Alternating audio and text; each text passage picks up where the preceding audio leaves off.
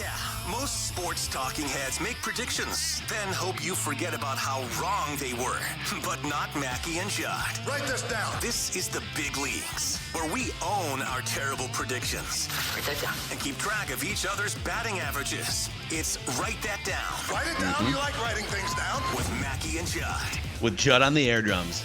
Ooh, Declan, Declan nailed that last I got this down to a more science. excitement than me. My favorite was when we did the state fair thing, and that one guy's like, one of my favorite things about your show is Declan doing the air drums every time for Write That Down. I mean, you nailed that one though. Like that one, you should save that one. You should see me in the car too. Social clip, yeah. Great. just driving, no hands. not even touching the Cops wheel. are like, hey, you might want to put your hands on the wheel. Hey, you got the no hand steering, in some of those cars, and there's just Declan just hitting the drums. Some people are excited for like self-driving vehicles so they can take a nap or work or watch a movie. Declan just wants to air drum the entire time. Yes. Going to do grocery shopping, run errands. Hey, this is Write That Down, the only show in America that actually keeps track of our predictions with statistics, unlike all those other cowardly sports shows out there across TV, radio, podcast. It's 3 predictions from everybody each week. They must be quantifiable. That's really the only rule here. We keep track of batting averages and home runs. And listeners, if you want to participate like Josh is about to in a few minutes, you can send Declan a message through the Score North app, and we'll get you scheduled for some time in the coming weeks. All right, boys, let's get to the accountability session. No delays. Oh. Tough week for the batting average leader, Judd, as your second half has been kind of a mess. Since I think you had a 100-point lead in the batting average department. It was early, though. I didn't get cocky. So, I don't know. You didn't put an end date on this, but you said Matt Dumba will pen a thank you article in the Players Tribune. It hasn't happened yet. The season started. You know what's even more of a bad beat here? Take it off. So I think Joe Smith sat down with Dumba, and it just dropped today in The Athletic of him talking to Dumba post Wildlife. So if you even would have said a thank you to Wild fans in some way. Well, the Players Tribune was the big source of these things for it felt like 3 years, 4 years, and it feels like it's dried up a little bit now. How does the Players Tribune make money? I don't know. I'm not sure they do. I'm not sure they even care. It's not a subscription. They're Didn't not Jeter doing enough. Jeter was one of the co-founders, I think. Yeah. But it feels like there was a period there where, I don't know, guys like Kyle Rudolph would write huge missives thanking everyone with the Vikings. Here you go. According to Zippia, the Players Tribune revenue is $12 million. They have 175 employees, and the revenue per employee ratio is 68,000. Do they? But do they have that much content? I feel like it's like once every 2 months, a player retires and writes a PR thing for Players Tribune, and that's their 175 employees. I mean, that's not bad. That's huge, actually. That's a pretty big company, man. Yeah, they made $12 million in 2022. All right, good for the Players Tribune. But I'm looking at it right now to see if there's what's the most recent high-profile piece. I will say, I don't know how much we want to continue to go down this path, but let's keep exploring. This is great. They received seed funding of $40 million in 2017. Yeah, and of course that's $40 million. 40. So they haven't come anywhere near making that back, and that's not revenue. That's funding. So okay. Yeah. I'm just kind of curious. I'd like to see the Players Tribune open their books. All these PR puff pieces. I'm sure they'll be more than happy to do that for you. Let's see. It is funny that Kyle Rudolph piece was 2,000 words, included 12 quarterbacks and assistant equipment people, and did not mention Kirk. So I think Kirk's current teammates seem to embrace him and love him more than maybe some of the guys from 4 years ago. But okay, unless you have more information about the Players Tribune, Declan. Headquartered in New York City, for those wondering. Headquartered in New York City. Oh, where else would they be, dude? Yep. Yeah. Come on. Oh, but they got openings in London, Brazil. What? Yes, I'm on their website. It feels like a front for a drug ring or something, doesn't it? There's Brazil? one article a month that's we've got offices in Colombia. It's or the great. Players Tribune job be in Brazil. Maybe they've got soccer players retiring and writing. That's what I was going to say. Thank you letters to fans. Okay. Judd, you said Bob Melvin would be fired by the Padres in season. He did leave, but it was not getting fired. Not in season. Not in season. Yep. I'd be far more upset if I had said fired. Yep. by the Padres, but I did that's too specific. That was dumb of me. You said Kyrie Irving will not be with the Mavericks on opening night. That's very old. Yep. All right, I had a couple things come off the board. One of them was wrong. The other one was correct. I said Anthony Edwards would drop a 40-burger in the first game of the season. He didn't. 30, though. He had a 30. And then I did ask you guys at the time of this prediction if it would be a home run, and you agreed that it would be. Karl-Anthony Towns, 6 times in the past 2 years, has attempted 10 threes in a game. And I said, I think he's going to come out trying to prove something to the world. And he's going to take at least 10 3-pointers in one of his first 3 games. The first game, he took 10 3-pointers. Mm-hmm. So just a Joe Mauer home run into the first row in left field there. Hey, still counts. He was like 2 for 10, I believe, from downtown. Then, of course, in the third game, this last game, the one that they blew against the Hawks, I think it was that game. Yeah. He took 1 3-pointer until like the last 2 minutes, and then he launched a couple when they were down by like 15 points. So you don't know like what you're going to get from him on a night-to-night basis. Like at this point in his career, his game should be much like Jokic and Embiid. Like you kind of know exactly what it's going to look like for the duration of a game when you watch those guys play. With Cat, he might launch 10 threes. He might not launch any threes. It's like, it's kind of frustrating. All right, listeners. Dan said Kirk Cousins will have a winning record in primetime games in 2023. He was 1-1. Eagles was a loss, and then the Niners game was a win. So 1-1. Cole said Kirk Cousins' final game in purple will be Week 18 of the 2023 season. Yikes. The specificity hurt Cole here. Jeremy said Kirk Cousins will have his best statistical year in yards and a career-low interceptions. Well, the yards are what gets you here because he's not going to be able to get to close to the 5,000 mark. Declan, 2 things came off the board. You said Kirill would score at least 3 goals in the last week. He had none, I believe. Right? I don't think he scored.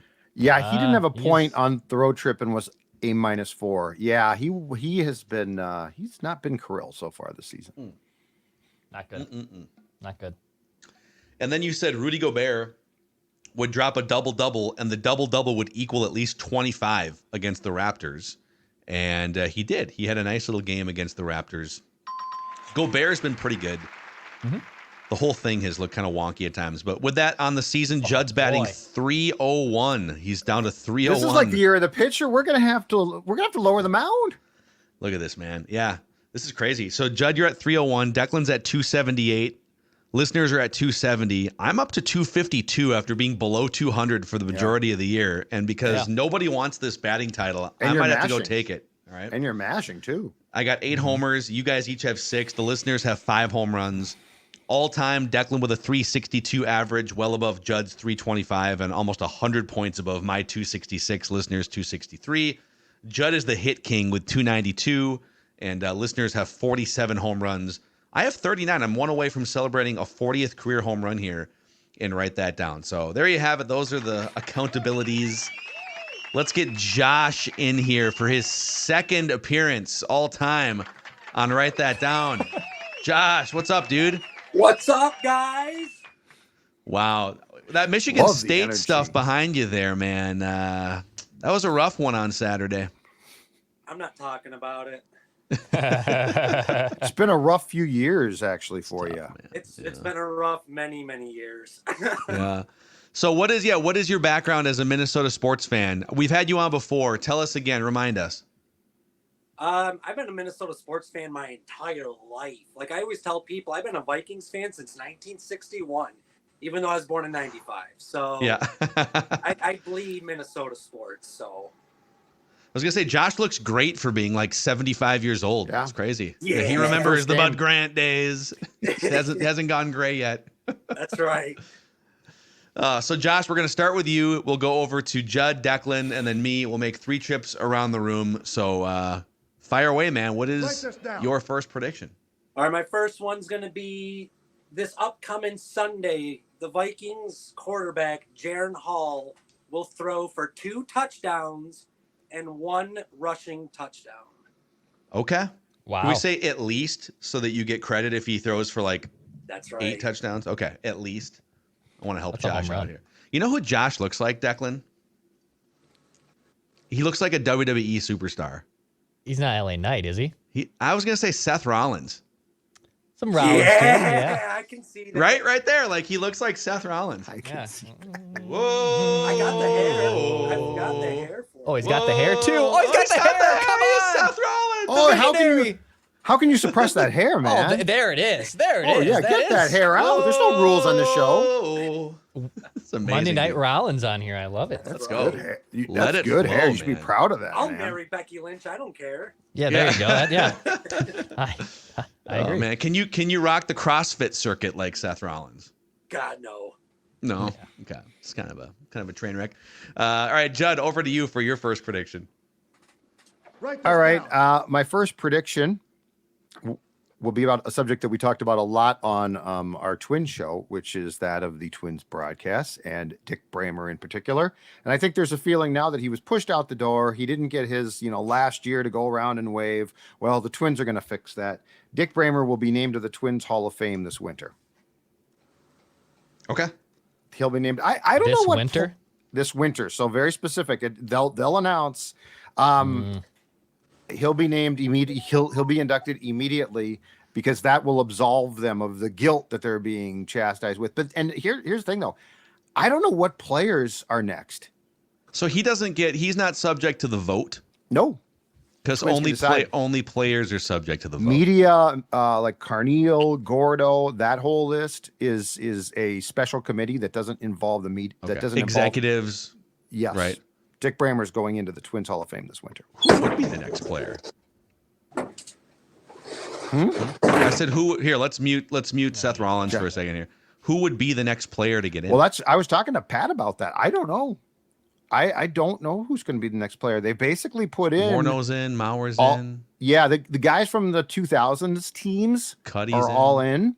Torrey and Koski. Tovar righted the wrong, and like Pasquale did, and that's Patrick Royce. Doge. Well, he's been mentioned. I don't think he deserves to go in. I don't think he goes in. I don't think so. And Can't do it. And for as good as Smalley was in being an all-star in '79, I don't think he has the body of work to like get into this thing. Yeah, and we had this Bruno, dead zone. I don't know. We had a dead zone because the Twins Hall of Fame started after the '90s dead zone, right? It started in like 2000 or 2001. 2000, I think. So they could take all these players from the '60s and from the early '90s and stuff. Yep. So they run out of those players, and then we did all the early division champion Twins, and then they hit this dead zone from 2011 through but basically now, right? It? Does Brunansky deserve it? Like their names, and they were effective for. But I mean, we're talking about like the best of the best in Twins history. Yeah, it's I feel you, man. Dick's going in though. Okay. Write this down. There's another meme. Okay, Declan, what's your first prediction? All right, write this down. I'll go to the ice Last one here. didn't take off at all, dude. I tried. On the ice, I'll go with this one. Write this down. The Wild have 3 games this week between now and next week's. Write that down. The Wild pick up at least 4 points between now and next week's. Write that down. They've been struggling. You're willing. I feel like you make this prediction, You're willing a version of This this is a good prediction one. 50 times a year. Yep. Declan's willing this to happen every time Yep. too. And I'm trying to catch Judd. So I'm going to the hits. I'm playing that's what I call music hits here, and write that down. And I'm going here. They pick up at least 4 points between now and next week's. Write that down. Okay. Write this down. Okay, write this down. I thought Judd was going to snipe me on this one here first, but he did not. So I will jump in and say that it will be announced sometime between now and opening day that Corey Provis, how do I want to phrase this?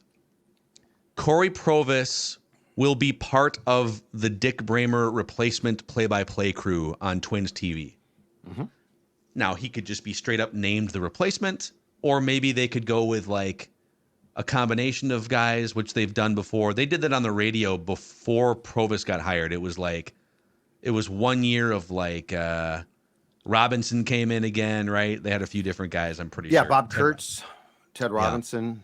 So it was a rotation. I want to guard against like multiple people. I'm going to say Corey Provis will be announced as part of the replacement crew or all of for Dick Bramer on the TV side. Write it down. Write this down. All right, back to Josh here. Got to unmute Josh. So Seth Rollins. All right. What's your second one? All right. I'm looking at the next 5 games for the Wild. So they've got the Devils, Rangers, Islanders, Rangers, Buffalo. Kirill Kaprizov in that 5 games is going to record 8 points. Okay. I like it. He's going to finally pull his head out of his breezers, is what you're saying. He's got to do something. Yeah.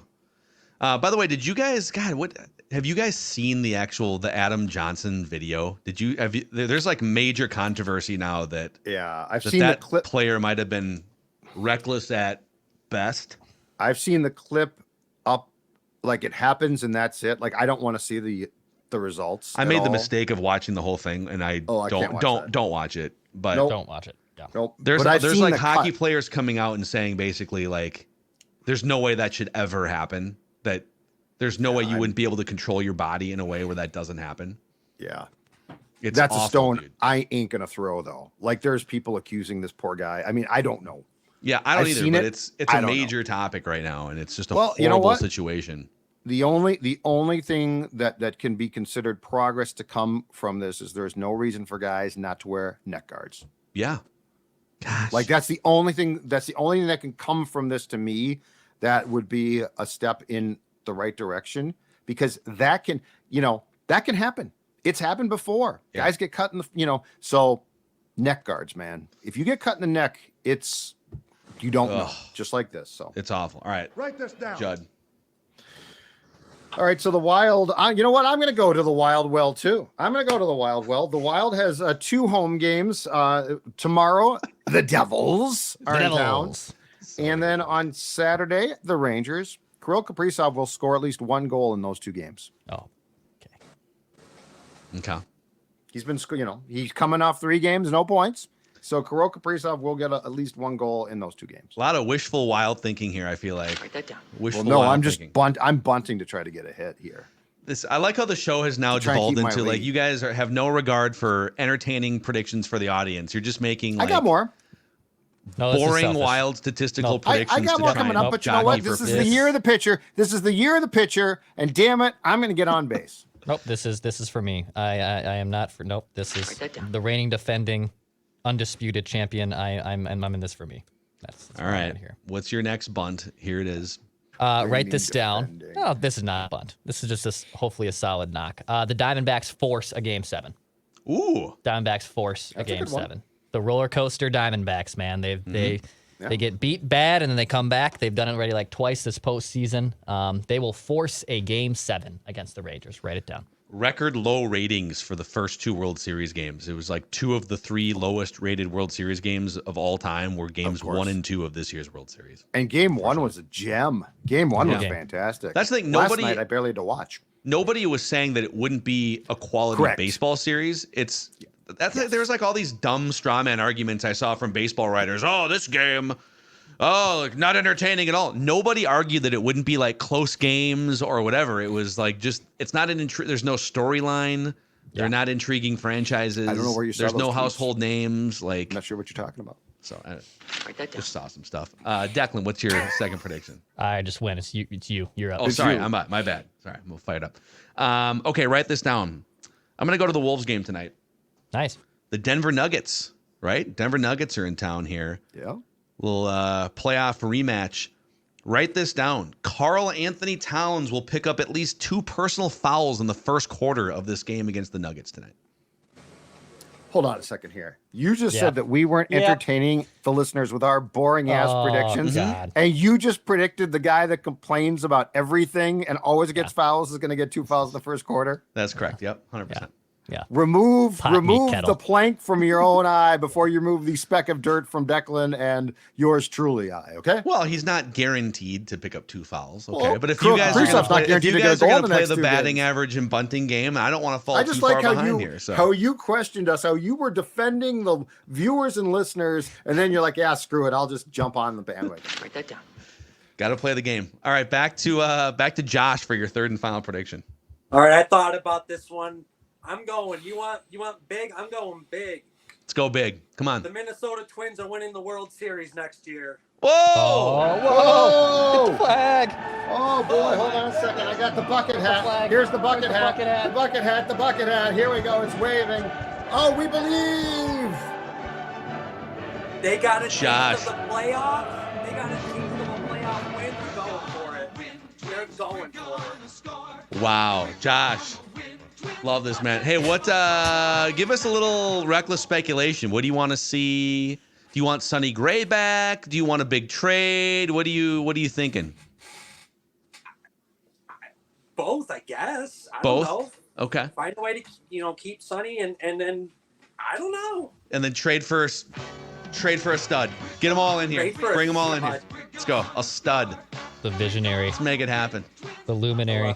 The visionary, the luminary. It's Monday Night Rollins with Josh B here. Since you've got this life-changing platform on this podcast right now, is there anyone in your life you'd like to thank that helped bring you to this pinnacle moment? My mom, because she's a Chicago fan, made me want to be a Minnesota fan. I don't know why. Yeah. But I want to thank you guys because you guys are Minnesota sports. I love listening to you guys every day. Awesome, man. Josh, thank you. Great predictions. Great work today. We'll definitely do it again with you sometime. Good luck with your predictions. I'll do it again. There he is. Oh, yeah, you will. Thanks, The guys. visionary himself, Josh, coming in, taking his swing. That's great. Awesome stuff right there. All right, back to Judd for your third and final prediction.